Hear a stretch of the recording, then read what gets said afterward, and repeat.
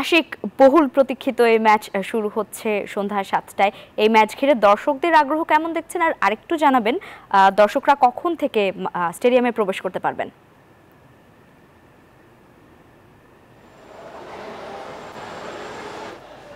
ধন্যবাদ। আমি এই মুহূর্তে রয়েছি হোটেল ইন্টারকন্টিনেন্টাল, যেই জায়গাটাতে হামজারা রয়েছেন তার ঠিক পাশেই মেট্রো স্টেশনে। সেখানে দর্শকদের খানিকটা আগ্রহ রয়েছে।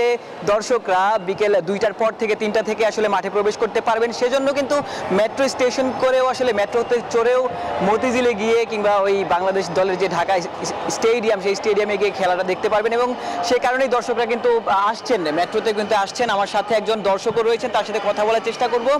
এই ম্যাচকে ঘিরে আসলে কতটুকু এক্সাইটেড?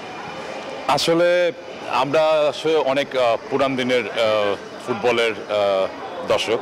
আমরা ৮০-৯০ সালের।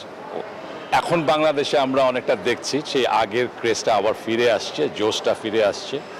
আর বিশেষ করে আজকের খেলার ব্যাপারে তো সাংঘাতিক অবস্থা। প্রায় মাসখানেকের উপর থেকেই আজকে যে খেলাটা, সেটা নিয়ে দর্শক ছেলেপেলেরা খুবই এক্সাইটেড। ইনশাল্লাহ আমরা আজকে জিতবো, কারণ অনেক দিন পরে দেশের ফুটবল লাস্ট যে খেলাটা হলো, খেলা দেখে মনে হলো যে আমরা অনেকখানি আমাদের খেলার মানকে উন্নত করতে পেরেছি। ইনশাল্লাহ আশা রাখি যে আজকে আমরা ভালো কিছু করব, যদিও দলটা কিন্তু সিঙ্গাপুর। ধন্যবাদ। বলছিলেন দর্শক যে আসলে সিঙ্গাপুরের বিপক্ষে বাংলাদেশের ম্যাচ, সেটি ঘিরে কিন্তু দর্শকদের অনেক বেশি আগ্রহ রয়েছে।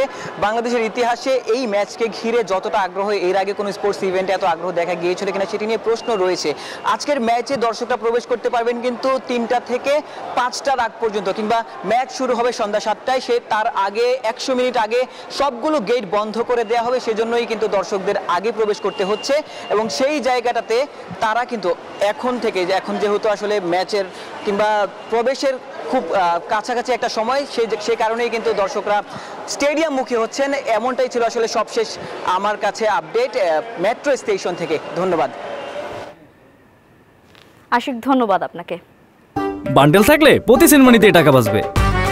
বিকাশ সেনমানি বান্ডেল কিনে জিতুন প্রতি লেনদেনে।